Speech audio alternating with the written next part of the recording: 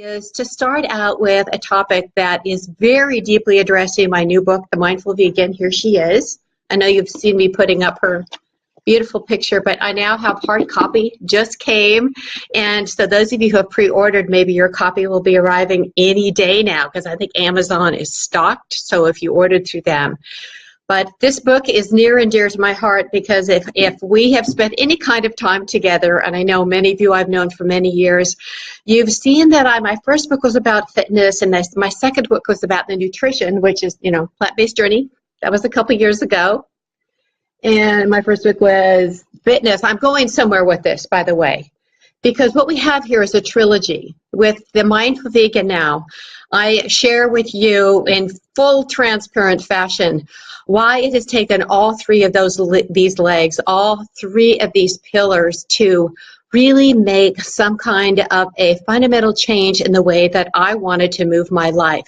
And there's so many directions we could go with our conversation tonight, but I thought one that really might pique a lot of interest is, just as I put in the title here, how to break stress eating habits and cut through cravings with mindfulness. Now, let me ask you, has anybody here, and you can just put a thumbs up or any way you want to respond or just listen, has anyone here ever experienced like stress eating?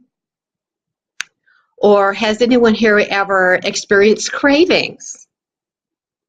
Have those ever been problematic for you? Well, let me ask it another way. Have you ever found yourself at the end of a busy day, you arrive home, you're frantic, you're a little bit tired, and before you know it, you're up to your elbow in a bag of or box of whatever. Or maybe you had a wonderful dinner, full meal, excellent food, and then somehow about 20 minutes or half hour later, you start kind of navigating through the refrigerator to find something to make it just right. These are all things that plagued me, and actually I'm describing what my life was for many, many years. I would say at least 30 years of going up and down with my relationship with food, eating in my body, jumping in and out of one diet or another. I think I started trying to lose weight when I was in 7th grade.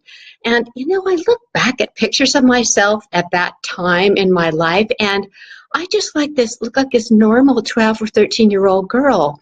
But I was like 4 or 5 inches taller than my classmates, and they just all looked so cute and petite, and, they were weighed XYZ, and they wore these sizes that I was nowhere near. And somehow I got the idea that I wasn't good enough with the shape or the size that I had. So I really started dieting a long, long time ago. So welcome, everyone. We were just stepping into a conversation about mindfulness and stress eating and cravings. And by the way, I wanted you to know that in the notes by the title, I did put a little URL, and that is the link to the pre-order for the Mindful Vegan, which also comes with bonus gifts that I'm going to share with you later. But I wanted it front and center so that it was really easy for you to get to, and I wouldn't forget about it. So back to my history, and I think I may share this with many people here, that we have what I call a long and colorful diet history. And this has been problematic for actually creating much of the problem over weight and my problem with food and eating just by the fact of starting on diet cycling. And I address this in the Mindful Vegan. I'm also going to talk about this a little bit in our time together tonight. So when we look back to when I became vegetarian, that was like 45 years ago, and when I was teaching yoga, and I'm going to share a secret with you. Even though I also started meditating, and I thought that even though I was all 70s spiritual, I thought maybe this is what's going to get the weight off my body. I'll become a vegetarian, I'll become a meditator, and the weight will just melt away. Well, it didn't work like that, because that launched another 30 years of just really having a struggle with this. And finally, I got to a point in my life that the meditation program, I really would want to say, and I address this in the Mindful Vegan too, the technique that I was studying at that time is not the one that I am teaching in the book, because the one that I learned initially really didn't help me make inroads in the way that I'd hoped. So even though I was practicing a little bit and I was a vegetarian, I went through many years of this struggle. And finally, 25 years ago, I had the opportunity to study mindfulness practices that completely changed my life in relationship with food, eating, and my body, and enabled me to implement all the other things that I knew about being healthy.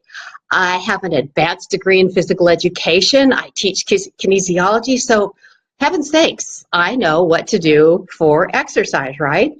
I'm well studied in nutrition, having been a vegetarian, having really a desire to learn more and more about nutrition. And as all the information about whole plant foods progressed, I had an idea about what I should do with the food. But knowing these things, let me ask, for some of you, maybe it's also been a challenge to figure out how to bring it all together and make it work. Well, that's where the mindfulness practice is what brought it together for me. So let me give you a quick description of mindfulness as I teach it in my book. And this we can work from to help understand what the connection might be. To start off with, I really like dispelling myths about the word mindfulness itself, or the idea that just because you take up mindfulness practice, you become this calm person, nothing ruffles your feathers, you're just, everything's easy, all your problems go away. That's not what this practice is about, and that's not what happens. Mindfulness is a specific form of mental training. And it's a particular kind of attention that you bring to your daily activities. Now, together, these lead to reduction of reactivity. We're going to pause here so you can think of how much of our days we spend reacting to things. And it also leads to cultivation of positive brain states. So I'm going to let that sink in. Actually, I'm going to repeat it. Mindfulness is a specific form of mental training and a particular kind of attention you bring to your daily activities that leads to a reduction of reactivity and the cultivation of positive brain states. My best known form of reactivity was that I would react to any kind of event, emotion, mood state through eating. It was whether if I was sad or angry, it was driving me right to the food. If I was happy and excited, well, let's eat something about that. And, you know, it was really odd, you guys, because I couldn't figure out why I was gainfully employed with a promising career, happily married, and yet I could not get this one thing together in my life. And perhaps you can relate to that. And what I discovered when I started taking up the mindfulness practice is it gave to me exactly how I described it to you. It gave me new tools for navigating my reactivity to any way that I react to life, and my particular form of refuge was through the food. So I was able to learn to be present with these things that caused stress eating in an entirely new specific way, not through psychoanalysis, not through some kind of religious practice, not through suppression or running away, just a form of being present. And everyone here probably knows that's what mindfulness means, about being in the present moment.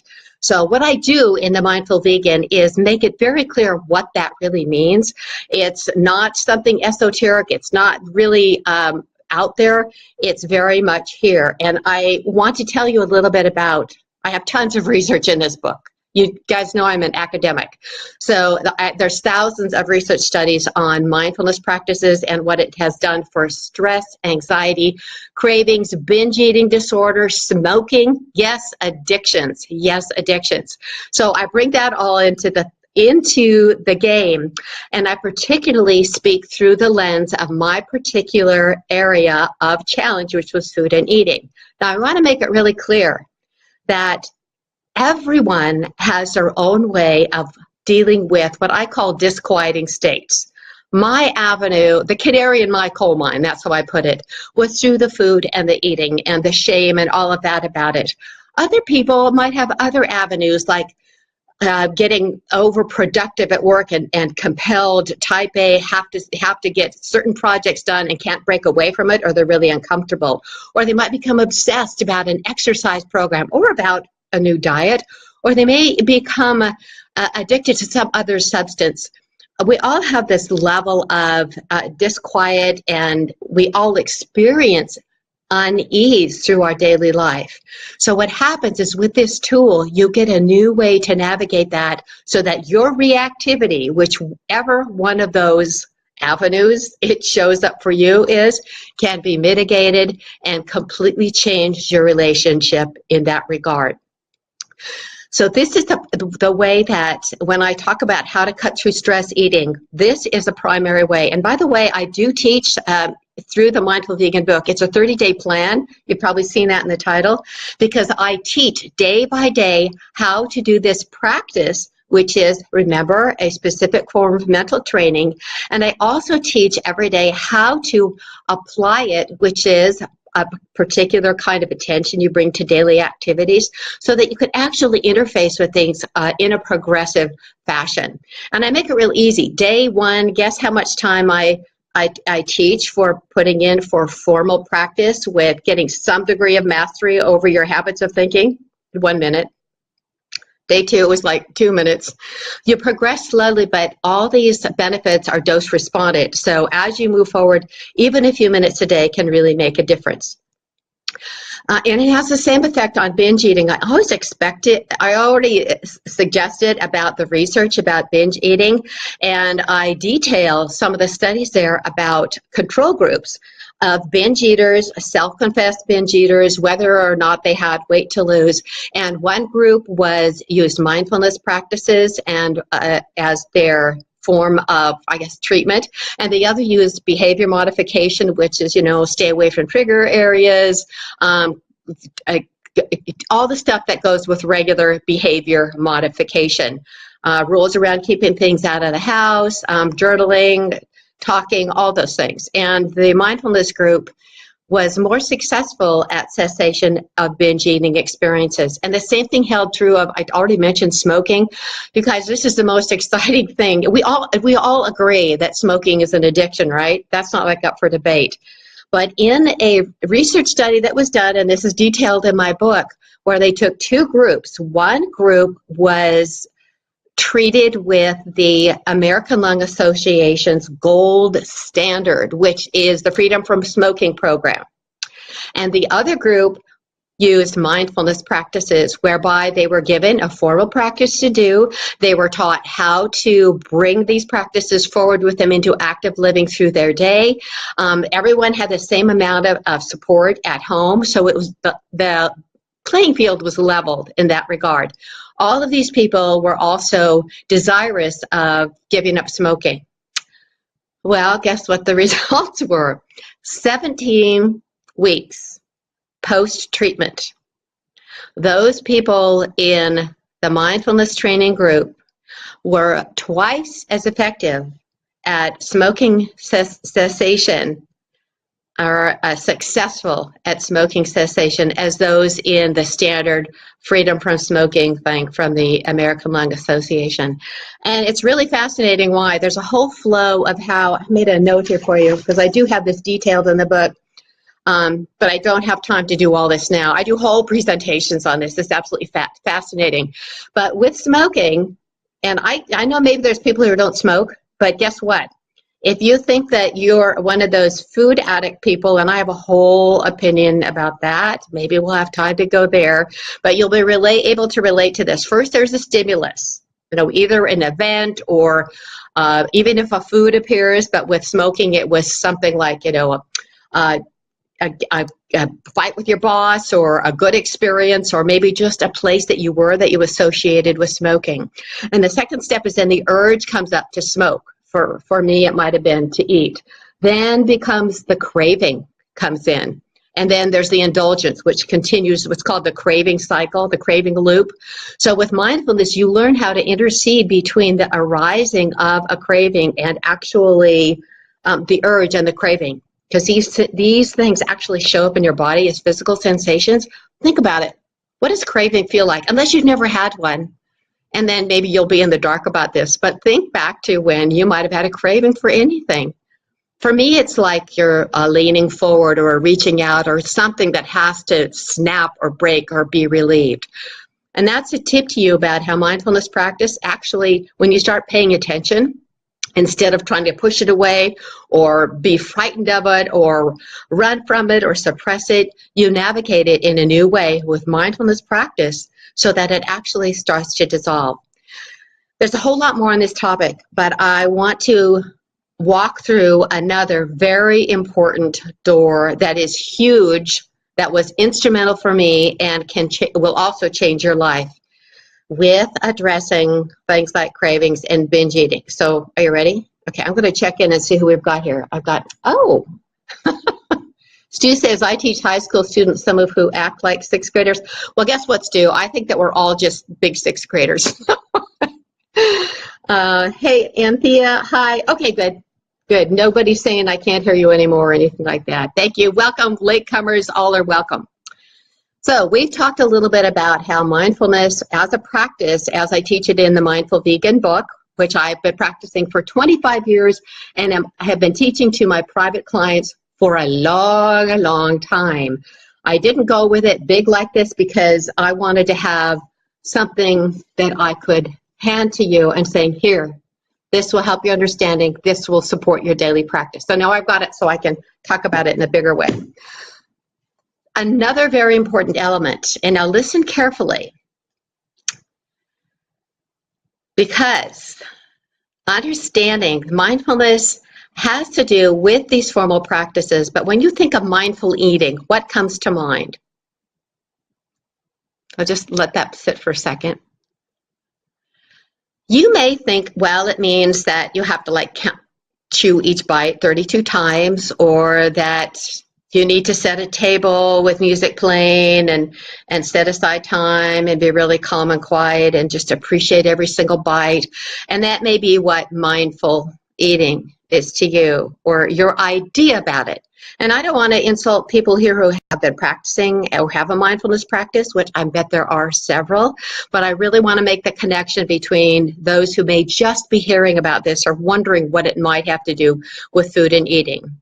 To me, trying those things, just slow down your chewing, or all those books are about mindful eating, and it's a bunch of diet rules, Let's appreciate every bite and make sure you have a small plate and nice that never made a difference for me. Small plates I could just go back and fill again if I want.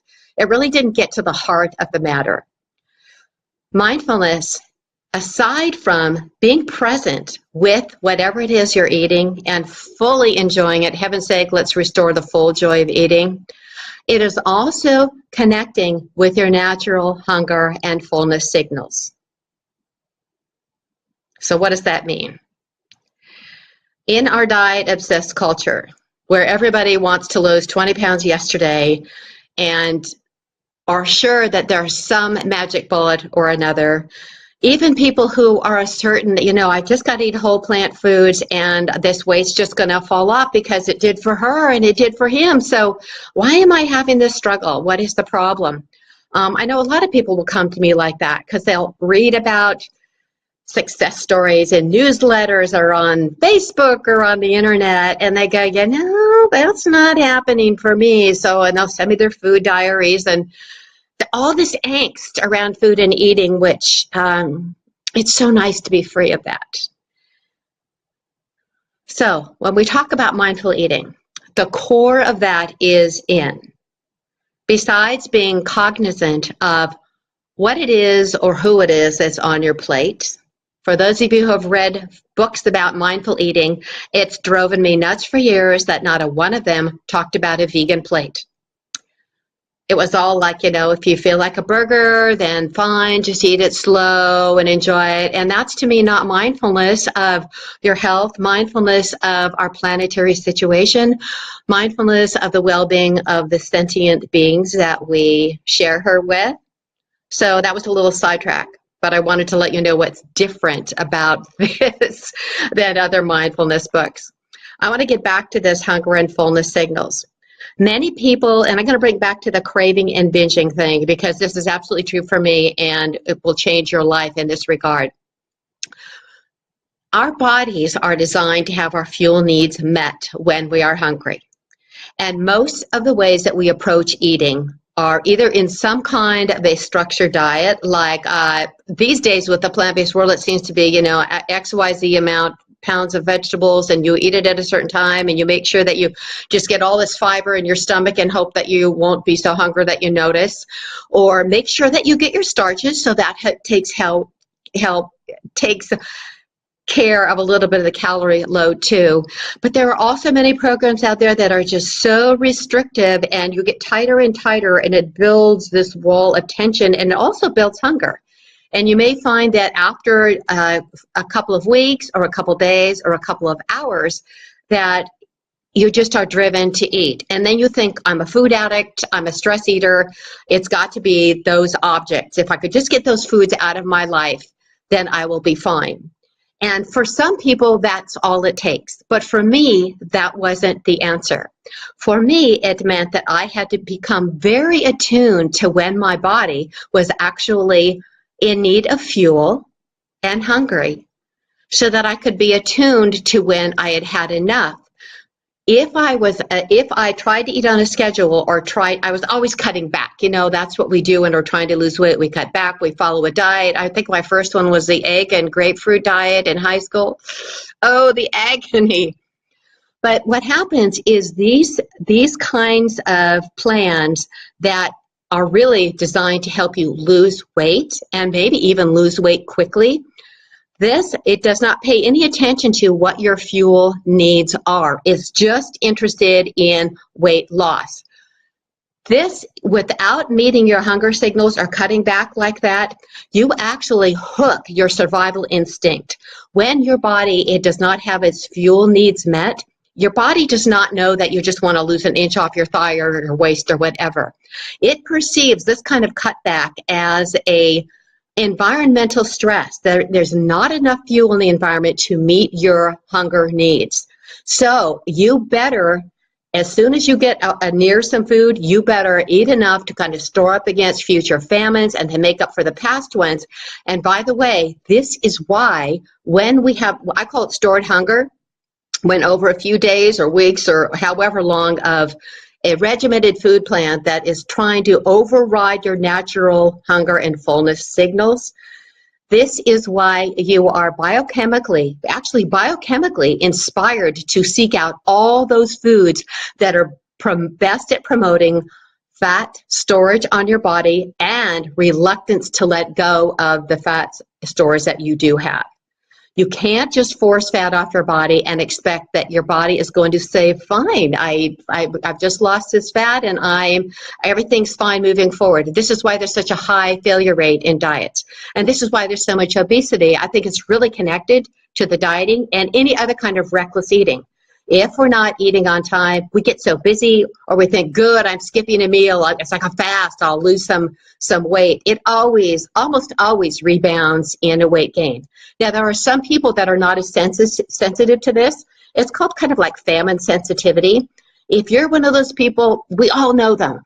I remember having girlfriends that could eat like M&Ms for lunch and then just pig out at dinner and maybe skip a breakfast, and they would stay thin. That's their body. That's not mine. I always wanted it to be mine. And I spent many years at what I called a spoiled brat syndrome, wishing that I could just eat whatever I wanted, whenever I wanted. That's not what mindful eating is about. Mindful eating is about respecting your body's fuel needs, feeding yourself enough on time. That means within a reasonable time of full hunger signals, so that your body does not need to move into this state of needing to store extra fat or reluctant to let go of the weight that you have. So what happens is, guess what? When you start addressing your fuel needs this way, you have cut into 98% of the reason for cravings. Cravings are driven by primarily this, where there is stored hunger. Not because you're addicted to sugar. It's because you are so driven to eat high sugar foods because you have a gap in meeting your fuel needs with high quality food. So it's really, it's not your fault. It's a survival mechanism. So when you start eating well, your interest in those foods naturally starts to wane. I know it doesn't sound possible, but it's what happened to me. And this is what started my 40 to 50 pound weight loss that I've had off for 20 years. This happened with the same time I took up a mindfulness practice. I thought I had to let go of dieting as I knew it. I just couldn't stand it anymore. And I felt like all I really wanted at that point in time was a healthy, happy relationship with food, eating in my body. I even thought, I don't care if I lose another pound. I'm so sick of this angst, this up and down, this stuff and starve. And I just, when I learned about these principles of adaptation of our body, how our body adapts to a low fuel availability by wanting to crave and binge on all the wrong foods and overeat and store fat, then I knew I had to make a change if I wanted to be out of that cycle. But guess what? It's really scary to let go of all of those controls that we have built up around food. Basically, you're turning the controls and the management of food over to your body. You keep the job of quality, what you select, what food you have on hand, making sure that you have it on hand. But you turn the controls of your body over to your body of how much to eat and when. And that takes care of so much of the cravings. But this is where I was going with that. Turning that over and taking it away from a scheduled diet plan where we're always taking refuge, It's like, okay, I'll be safe if I could just stick to this plan. It brings up a lot of fear, and this is where the mindfulness practice came in. I told you that it was kind of the canary in my coal mine about dealing with disquieting states, which fear is. And I learned to navigate it in a new way so that I was not being reactive and playing out stress and anxieties through food and eating. It was huge for me. And actually, I have I want to read one paragraph to you from The Mindful Vegan in this part that describes that about my reactivity to my emotions. And as I took up this mindfulness practice, I started to realize how much anxiety I had around food and eating. And this passage was in the article that's up on the T. Colin Campbell nutritionstudies.org. They fell in love with the Mindful Vegan over there, by the way, you guys. I'm so excited. And they were reading it to each other in the office, walking around reading it. So they asked if they could publish a chapter on the blog at T. Colin Campbell, and my publisher was so generous and said yes. So this is one of the hot spots to kind of express, so you can hear a portion from the book about this. These emotions, I realized, had been there a long, long time. I just hadn't been aware of them in quite the same way. Instead, I had been playing out stress with another batch of cookie dough, or preoccupation about the next diet. Inner discomforts had for me rallied into what had become an obsession, maybe you could relate, for when I wasn't fixated on how I might conjure up a more dramatic weight loss project, I was getting caught up in food cravings. Mindfulness practice was now giving me specific tools with which to address all of it. This insightful moment had two predominant qualities. I felt sorrow as I thought how sad it was that I had been having this experience for so many years, decades even, I told you. At the same time, it was a light-filled, expansive moment because of the insight I experienced around my food and eating problems. Instantly, I felt a great flood of compassion for myself, and instead of living on autopilot and reactivity with my discomforts, I simply started choosing more and more often to be willing to be with what was in the present moment. And skipping ahead, from that point on, things between me and food changed. I stopped thinking of myself as some kind of food addict or compulsive eater. I stopped repeatedly trying to eat less to shed some pounds in favor of reconnecting with my hunger and fullness signals, the connection with which is essential to eating mindfully. Chronically cutting back muddies our true hunger and fullness indicators, causes overeating, and is the single biggest driving factor behind food blowouts and binges. Previously, I could overeat with the best of them, but I never again had one binge incident. And that's directly connected to the mindfulness practice I took up and my commitment to being a mindful eater in the way that I have just described to you. So that said, let me give you just, thank you, Jill. Jill just reposted the link to the Mindful Vegan bonus page. So maybe this would be a really good time to describe that, what that is to you. The book is actually officially released on October 10th, which is like 2 weeks from today is her official birthday. But I think some of the hard copies are starting to go out to some of the endorsers, which means early pre-orders on Amazon. I think they just got their shipment at Amazon, so those might be coming out soon. But what I have put together is I am so interested in really making this available to you so that you can try this out and see if it's something for you.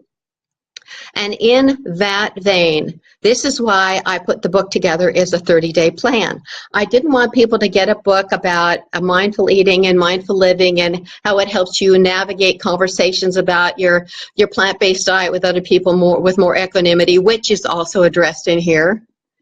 I wanted something practical. I didn't want you to just read something and put away and go, someday I'll study that. That's why it's a 30-day plan, because every day there's a lesson to build upon.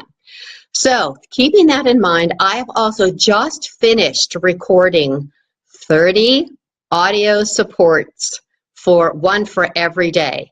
And you will see in the book, when you get your copy, it tells you where to go on my website, what password to enter so that you will get all free. All 30 of them just downloadable. The first day is 1 minute long, and it progresses from there. And I address a little bit about the practice just to give you something if you like it. If you like auto support, you don't need to have it. It's just an add-on. I'm also going to be leading a Mindful Vegan virtual retreat.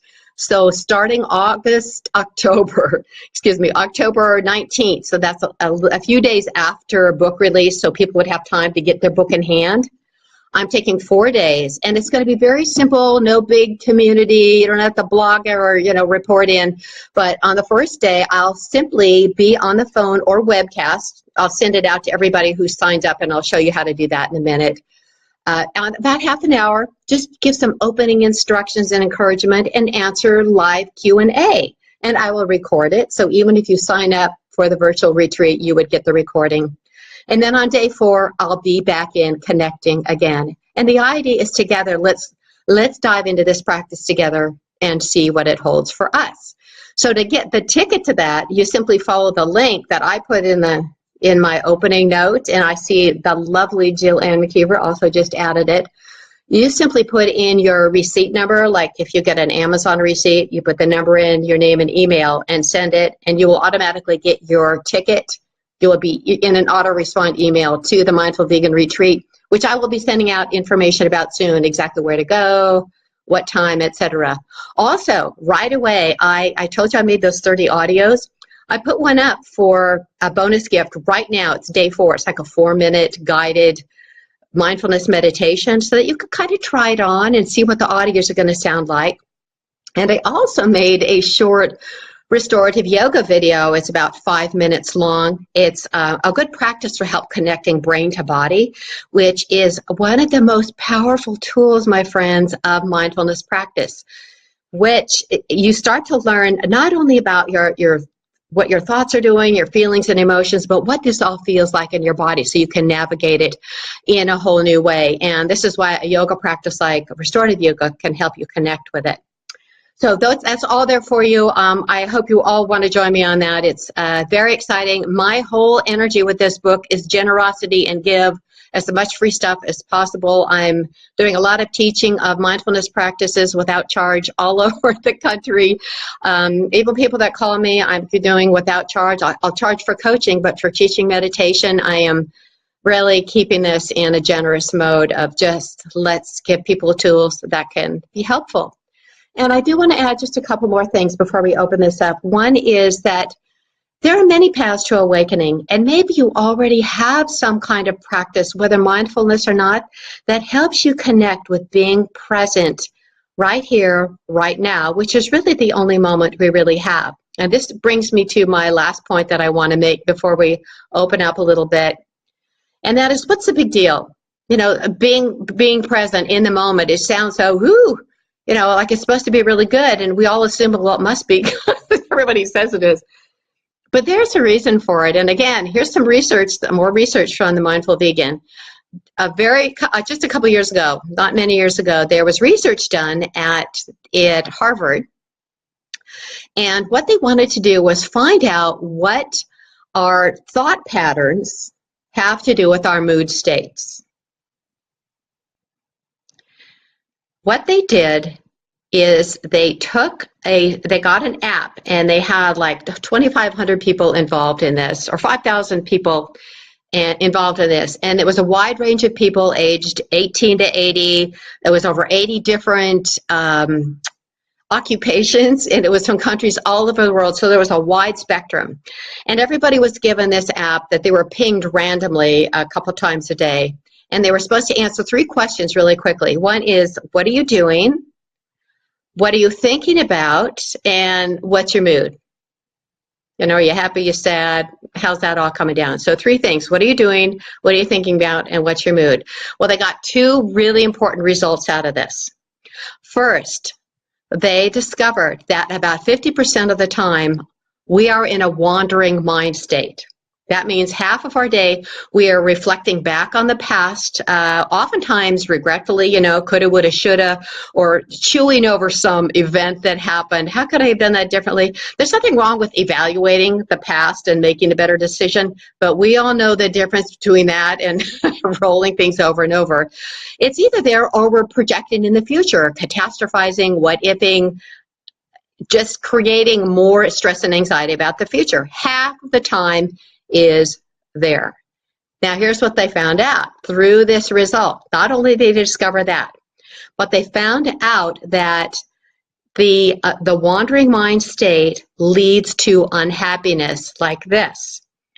Even if you are doing something that you don't really like doing, if you are present with it, your mood is happier than if you are fantasizing about the future or rehashing the past. For example, let's say you're doing the dishes and you don't like doing the dishes, and you think, well, I will just improve the state of affairs here by fantasizing about last summer's trip to Hawaii.